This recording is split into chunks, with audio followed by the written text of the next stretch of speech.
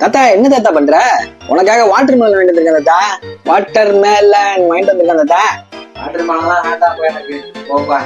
ஏன் தாத்தா ஊசி போட்டிருப்பாங்க நீ பயப்படுறியா தாத்தா?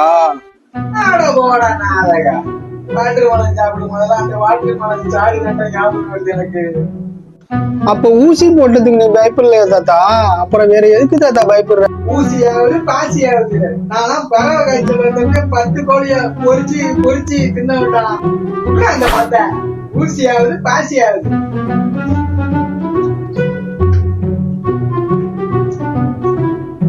ஆனா ஏதோ ஊசி போட்டிருக்காங்கன்னு சொல்றாங்க தாத்தா. ஆனா எப்படி இந்த பிரச்சனையை தீர்க்கறதுன்னு தெரியல தாத்தா. அது நம்மளால முடியாதுப்பா. இந்த one and only man water melon ஸ்டாரால மட்டும்தான்ப்பா அது முடியும். வாட்டர் மெலன் ஸ்டாரால மட்டும்தான் முடியும்.